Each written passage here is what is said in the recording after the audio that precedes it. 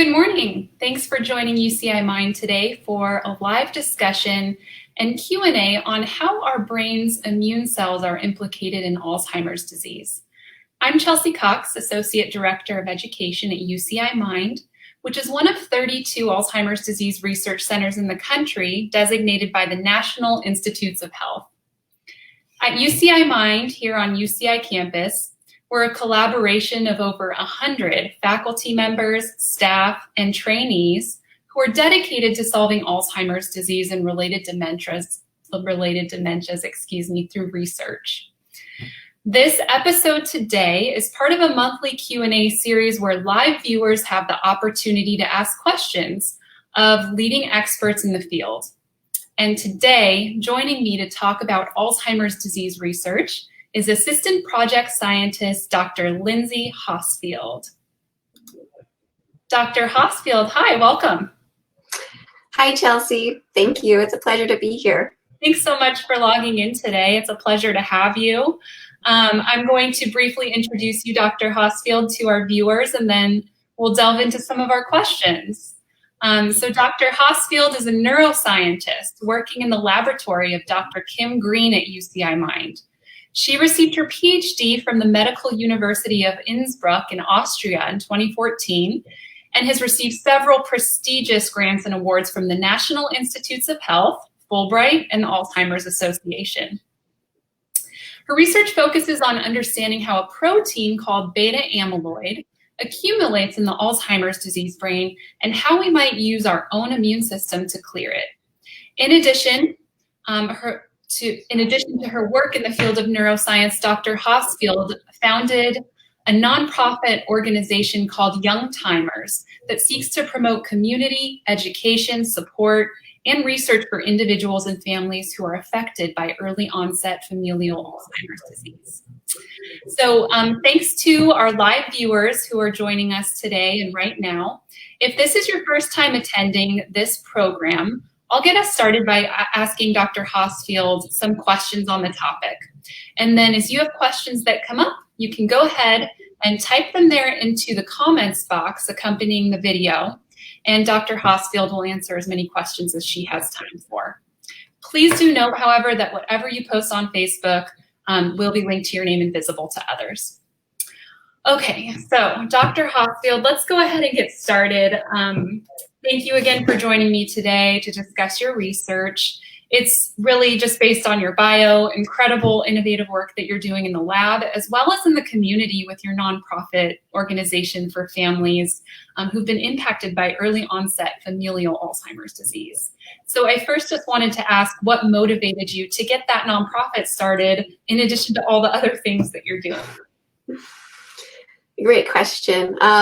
Yeah, before I begin, I just wanted to thank you again for that lovely introduction and just that for the opportunity to talk about my work with you here today. So yeah, what motivated me to get started with Youngtimers, but also just the field in general. So a close family member of mine was diagnosed with Alzheimer's disease when I was 17 years old. I had just graduated from high school, and he was only in his 40s at the time. I had known that I wanted to pursue a degree in biology, but the idea that someone so young could get this disease and that there was no cure, it was a formidable time for me. And watching him become lost to this disease, it made an impression on me, and I felt like I had to do something.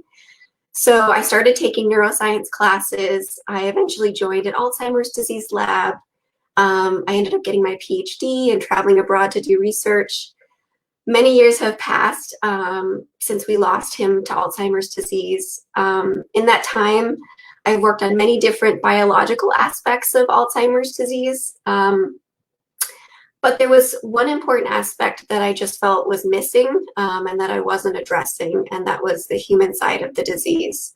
I really felt like I wanted to do more, and it was actually through UCI Mind faculty, and in particular Dr. Josh Grill, that I became aware of others with this form of Alzheimer's disease, where it happened extremely early. unlike the more common form of Alzheimer's disease, so we refer to that usually as late onset Alzheimer's disease or sporadic Alzheimer's disease. The form of Alzheimer's disease that my family member had is what we refer to as early onset familial Alzheimer's disease. And this is a very rare hereditary form. People also call it dominantly inherited or autosomal dominant Alzheimer's disease because of the way that it's inherited.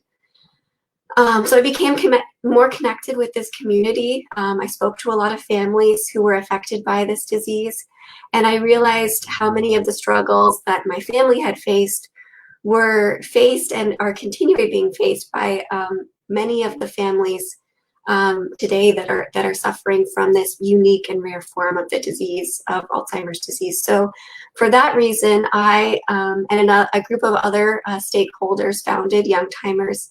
And as Chelsea mentioned, it's a nonprofit organization, and we're really dedicated to providing more education and support to this unique community of early onset familial Alzheimer's disease individuals and families.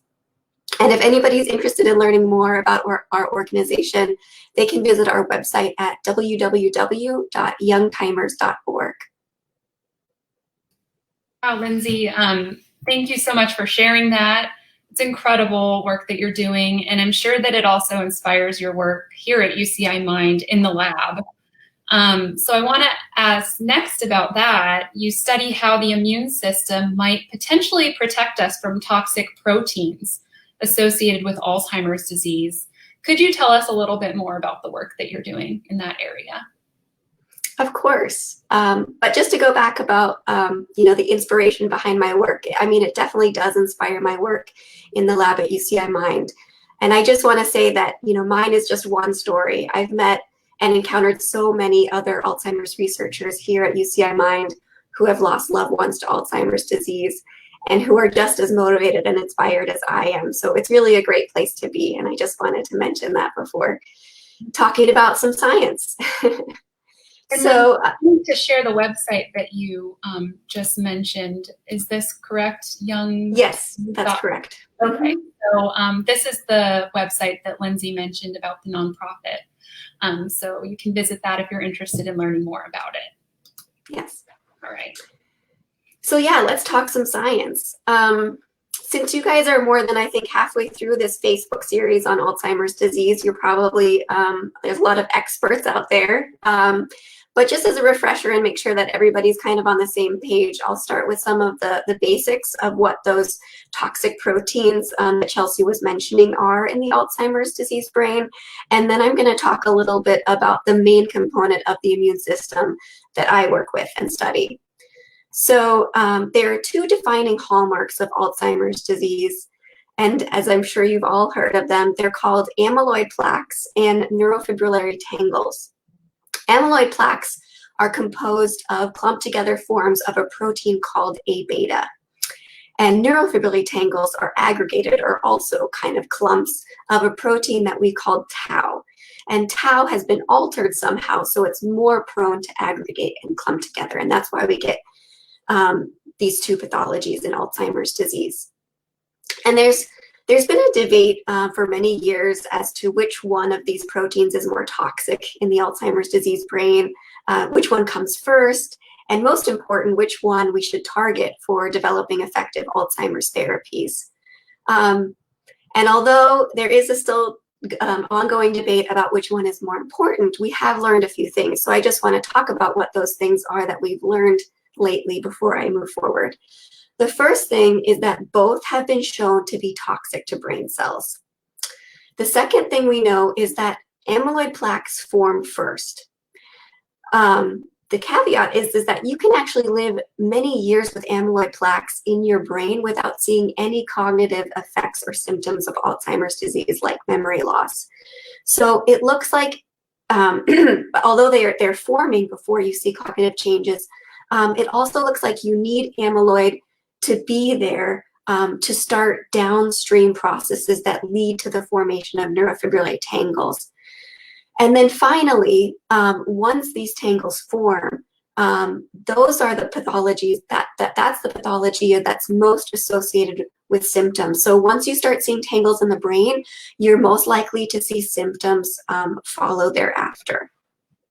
So when you're thinking about these things, and despite this debate, it becomes really evident that the problem with Alzheimer's is, at its very basic core, is that it's a problem with an accumulation of these toxic proteins in the brain that shouldn't be there.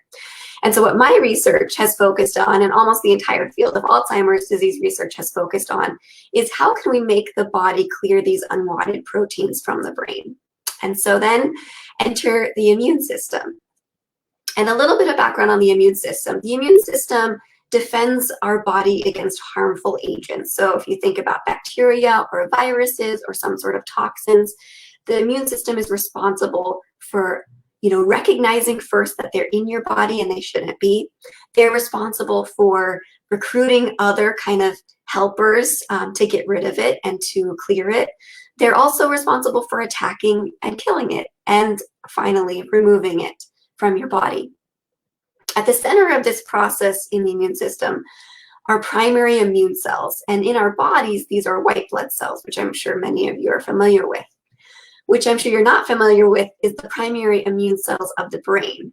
And these cells are called microglia. And microglia are the cells that I focus on in my research. Microglia are kind of like sentinels. They're our first line of defense in the brain. And I've even heard some researchers call them the moms of the brain. This is for a few reasons. One, they're essential in the developing brain. Two, they monitor the brain to just check and make sure that everything's as it should be, checking that all the levels, that there's balance, that there's homeostasis in the brain. They also release nutrients in the form of growth factors to promote sort of growth. And when there is something that's off, let's say they notice, okay, there's something that shouldn't be there, they are the first ones on the scene, and they are responsible for calling for reinforcements. And to some extent, they also do try to respond to the problem themselves. In the Alzheimer's disease brain, we know that they're involved because as researchers, from the very beginning, we've seen microglia actually surrounding the amyloid plaques. We just didn't know what they were doing. Were they eating the plaques? Were they forming the plaques? That was kind of a big question. So going back to what we think their role is in the disease, is that like any mom, or let's say politically correct, any parent, it can get stressful sometimes. It can be overwhelming. You can be thrown, a lot of things can be thrown your way, and you have to handle all of it, and it can be hard to do that. So that's what we imagine is that's what's happening in the Alzheimer's disease brain, is that they're just overwhelmed and they're overactivated, and they actually end up making things worse, unfortunately. So when a microglial cell becomes activated, they will release what we call pro-inflammatory cytokines, and sometimes neurotoxic agents. So these are things that are toxic actually to brain cells. And normally they secrete these molecules because they want to actually attack and kill the target of interest. Like, for example, if there's a bacteria or a virus, they need these to be released in order to kill those viruses and bacteria. However, in disease, so when you have a bacteria, usually they will release these, the bacteria will then be attacked or cleared, and then everything will return back to normal. In Alzheimer's disease, what we think is going on is that there's constantly the presence of these amyloid plaques around, and they never go away. So the immune system never really gets shut off. And so this process of secreting these factors it goes unchecked, and it never really turns off. And so what ends up happening is that then the surrounding tissue, for example, all your neurons and brain cells, they end up becoming damaged. And that's what we, again, hypothesize is going on in Alzheimer's disease, that your microglia somehow become overwhelmed and dysfunctional. They can't get rid of the plaques and tangles, and thus they probably can't respond to the disease. And in that process, they aggravate the disease further, causing neuronal death and disrupting brain cell activity. So interesting. And thank you for that very thorough explanation of like kind of what you're studying and what's happening in the Alzheimer's disease brain. I especially like your analogy to being a parent of the microglia, immune cells of our brain being the parent to the brain and becoming overwhelmed and overactivated. I think that helps kind of make it very clear what might be happening. Mm-hmm. Now, I want to kind of talk about what have been some of your specific findings in this area. What would you say have been your or your lab's most important findings around microglia and Alzheimer's disease? And how have they helped us, better understand the disease? Yeah, so the professor that I work with, Dr. Kim Green, it was in 2014 that he and the rest of the colleagues in my lab discovered a way to actually target and manipulate microglia. In fact, our lab found a way to completely eliminate all the microglia in a mouse brain, which is pretty incredible. It's not really of therapeutic interest. You wouldn't want, to just totally eliminate, somebody's microglia because, as I mentioned, they're kind of like the parents of the brain. They're important. But having a tool like this, allows us to really ask basic questions about what these cells do in the normal and diseased brain. And it's received, it's had quite an impact on the field. The original article was published in 2014 and already has over 750 scientific citations. And it was recently shown to be the 6th most impactful research study in microglia. And I think what this kind of shows you is that how it's helped the field, it's provided the field with a tool to really understand what these cells are doing. By eliminating something, you can ask, okay, in its absence, what's going on? It then alludes to what that cell is doing. And recently, using this approach, we actually studied the role of these cells in Alzheimer's disease, and we found out that microglia are actually responsible for forming the amyloid plaques. It was kind of a long debate in the field, what they were actually doing. Were they clearing the plaques? Were they forming them? And this study really provided strong evidence to show that when you get rid of these cells prior to plaques being formed, so before the disease starts, if you get rid of these cells, you never see plaques form in the brain. Instead, they form in blood vessels, which is really interesting. So it kind of speaks to the importance of these cells and their role in kind of A beta deposition and plaque formation in the Alzheimer's disease brain. But we couldn't necessarily, they're important though, right? So right. So again, it's a tool. It's not something that we would want to use for a therapy. To totally eliminate microglia, right? But there's something about eliminating it and then looking at that brain where they are eliminated and saying, what are they doing? So there's something, like I said, I think that microglia become dysfunctional in the Alzheimer's disease brain. So that's probably what happens. If it's better to have no microglia than bad microglia, is what Dr. Kim Green always says. Okay, it's a good way to think about it. Yeah. So along these lines, what are your next steps? What are you doing now? What are some of the current research projects that you are all working on in your lab, and some of your future goals with this incredible knowledge? Yeah. So like many scientists, I have actually a couple of projects ongoing at the moment. So just kind of give you a general idea of my future research goals. Alzheimer's disease is a very complicated field, and microglia are a very complicated cell. It's not black and white, and as kind of the things I had mentioned earlier, you can get this picture that in some cases microglia can be helpful, and in other cases they can be destructive. So it's kind of this double-edged sword. And how do we navigate through that nuance to actually develop effective therapies for Alzheimer's disease? So my goal is just to try to better understand these cells, not so that we just target one cell or we target just one protein, but maybe we need to dig a little deeper. Maybe we need to target a certain type of cell, at a specific time in the disease, or maybe even a specific protein in a certain cell at a specific time in the disease. So I think moving forward, I think just having a more precision, targeted approach. That's at least one of my future goals. My most disease-focused project is looking at how microglia actually respond to tau. So I mentioned, we had looked at amyloid, and I think the focus has been on amyloid for quite some time. So I'm really excited to look at those findings. And then in 2018, I co-authored a paper that studied the impact of actually replacing microglia from, an aged mouse with new microglia.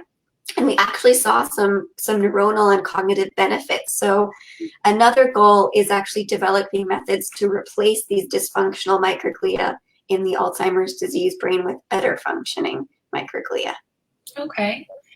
And how do you hope that this research will eventually help people with Alzheimer's disease? What is the end goal as you see it? Yeah, so actually one of the drugs that we use to manipulate microglia is actually an FDA-approved drug for a specific type of tumor. And a recent study in our lab indicates that if you manipulate, so you don't eliminate all the microglia, but you just kind of adjust their numbers, there is some cognitive benefit to it. So whether or not that drug, will be effective in Alzheimer's disease, we don't know that, but I think our research has definitely taught us that, and will continue to shed more light, I think, on the roles of microglia and inflammation in Alzheimer's disease, and, focusing on therapies, that target those specific components will be helpful. Okay. Well, the work that you're doing is incredible and so innovative, and I'm very hopeful that what you're doing is going to lead to some very real potential therapeutic targets for the disease that'll eventually help people. I wanted to ask a few other questions that are probably somewhat related, but before I do that, we just got a question from a viewer. And this person asks Dr. Hohsfield if you know what the triggers are that cause microglia to produce amyloid beta plaques, or are the microglia always producing the amyloid protein? Yeah, so that's a really great question. And the problem with Alzheimer's disease, and I like to bring this up just so that you can get an idea of what it's like as an Alzheimer's disease researcher, is imagine that there was a football game and the football game's over and you have to decide and figure out who won the game. And all that's left is, some popcorn and like a foam finger. And it's really hard. And so that's what it's like as an Alzheimer's disease researcher. We're kind of left with like after the fact. And so asking those questions, well, what triggers it, and what happens? We can really only do that in disease models. We can't actually do it in the human brain. And models, they're helpful, but they don't give us always the entire picture. Like we can work with stem cells, but again, then your surrounding tissue isn't there. So you don't know the impact of that. So studies have shown that microglia, can, degrade A beta. We can see it in their lysosomes, which is kind of where they're like stomachs, you could kind of say, and that gives us evidence that they are involved in producing A beta. But again, we don't know that for sure. What I think the bigger question is maybe, what is the trigger that kind of starts amyloid plaques? And yeah, the research that I presented today, microglia plays some role in that, but whether microglia actually produce A beta or if A beta is already around, and maybe they're kind of like trash compactors, I could imagine that plaques might even be beneficial because maybe A beta is toxic in the brain and the plaques just kind of want to put all that toxic stuff all together in clumps, kind of like a dark garbage dump. But again, what triggers, the formation of plaques is something that we're all, really looking at right now. And what I hypothesize and what we kind of think in the field is that there must be some sort of trigger or insult. It could be maybe a dormant virus or infection. It could just be like aging over time, that your cells just get a little bit slower and they just can't, do what they used to do and clear what they used to do. It could also be stress. So there's a lot of factors that I think could trigger that insult, but we're still just trying to figure that out. Looks like we have another question here from a viewer, Dr. Hohsfield. What is the FDA-approved drug you're using to adjust microglia, and does it have some other primary use? That's a great question. So the FDA-approved drug is called PLX 3397. It does have a clinical name, but I think I can't remember it off the top of my head. But again, yeah, the primary use is to treat a certain type of a tumor. So yeah, so it's more for cancer and the oncology field. But yeah, our lab was the first one to actually use it in the brain because neuroinflammation is so important in Alzheimer's disease, and we were really curious what this type of drug would do in the brain. And the primary use of it in oncology, you'd have to look that up, but I'm pretty sure that it helps kind of resolve the tumor size, and I think it helps limit the spread because it is targeting the myeloid cells, and sometimes myeloid cells are really implicated in the growth of the tumor. But again, I'm not an oncologist, so I would definitely encourage you to look up the clinical results from that trial. All right, and we have another question here. You mentioned timing with respect to focus of treatment. So this person is interested in that topic as well. As an example, she's read that prolonged activation of microglia can lead to the production of ROS and various cytokines that exacerbate Alzheimer's disease. Do you know of anyone that has looked at microglial activation regulation as a potential therapy? Yeah, that's a great question. And so this person is right. Yeah, so prolonged activation of microglia can produce ROS, or reactive oxygen species. And these free radicals and other cytokines can be neurotoxic, as I mentioned, to brain cells. And yes, there's a lot of people who have looked at microglial activation as a potential therapy, and our lab included. It's just trying to figure out, what type of microglial activation is the right type of activation for Alzheimer's disease. And what we've kind of learned is that there's two different types of activation in Alzheimer's disease. There's like a step one and kind of a step two. And a lot of people have been looked at, they're called actually DAM-associated changes, so disease-associated microglia. And on one side, they can be very phagocytic, and that would be helpful in clearing plaques. And on the other side, again, they could be releasing these pro-inflammatory cytokines. And so what we're really trying to do is tease out the exact genes and molecules that are involved in being, activated from a beneficial standpoint and from a destructive standpoint. And can we even make that distinction? I think researchers have even gotten into trouble for even thinking that there's just two types of activation, where it could even be like a spectrum of activation. So as I mentioned, it's a very nuanced and complicated field with Alzheimer's disease and with microglial cells in particular. And our lab, and I think many labs throughout the country, are working on this exact issue. And yeah, hopefully we'll have some exciting therapies coming out soon. I definitely know that the field in general is more open to looking at targets other than just amyloid. They're now developing tau therapies. They're now looking at neuroinflammation. So I think in the next few years, we will definitely see some therapies that could potentially target microglial activation. All right, I just want to thank our viewers for these excellent questions. We have time for one more here. This question is whether, Dr. Hohsfield, whether we know of any external factors such as the environment or pesticides that can actually trigger the development of Alzheimer's disease.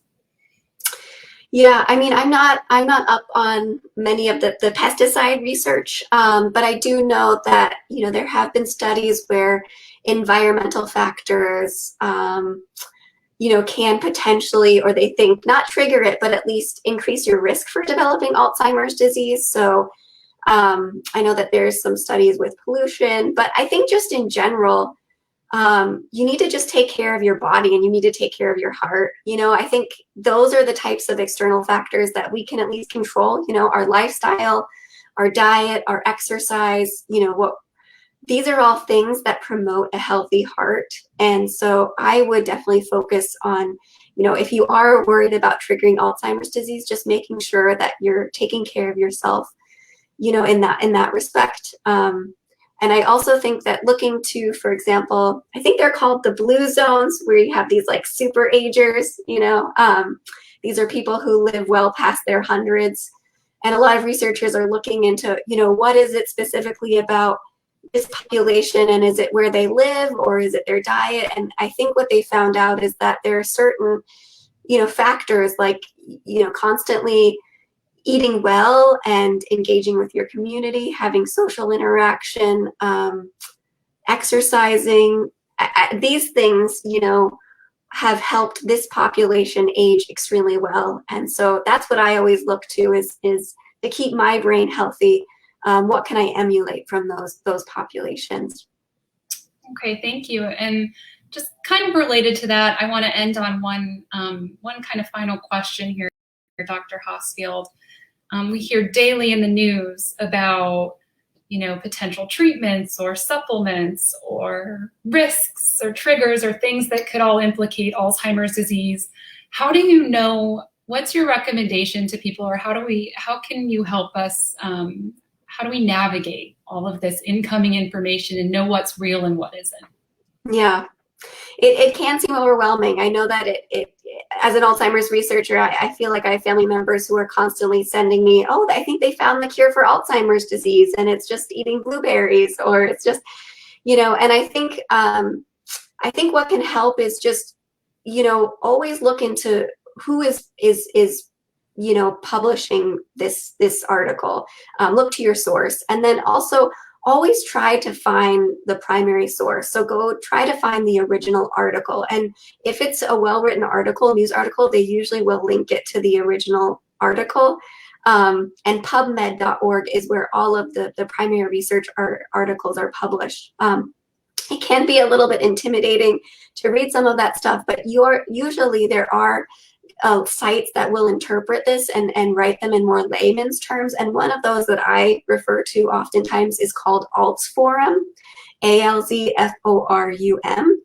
And it's actually what a lot of researchers will use. So you can there are comment sections when a new article comes out, and you'll see that at the bottom of the comment section, there'll be a lot of researchers, and they'll be either debating whether they agree or disagree with the results. So just take, whenever you see something come out, I would encourage you to look at the primary article, try to maybe find it on Alzforum, and also just be aware, something that maybe was tested in mice, and usually it's often only in male mice at a certain age, that's not always going to translate into, something that will be effective in the human. We definitely learn a lot from these studies.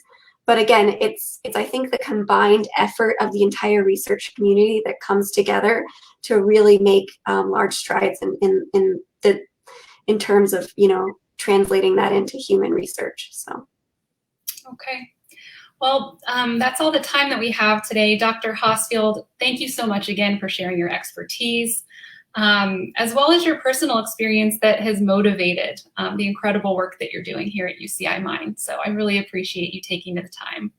And I'll let you go before I make these final announcements, because I know you're busy and need to get back to the work you're doing. So thank you. And I look forward to connecting with you again soon. Thank you so much, Chelsea. And thank you for all the wonderful questions. If you have any more, feel free to, reach out to Chelsea, and I'd be happy to get connected with any of you. And hopefully, we'll one day be able to do this in person, and we can connect that way. So thank you again for the opportunity to share my work with all of you. I really appreciate it. Thank you. Bye. And I just want to quickly thank all of you who participated live today. And again, thanks for your incredible questions. If you haven't yet registered for our annual Alzheimer's Research Conference in partnership with Alzheimer's Orange County, that's going to be taking place next Thursday, September 10th. It's going to be a live virtual conference, online, free. So you can register for that at conference.mind.uci.edu.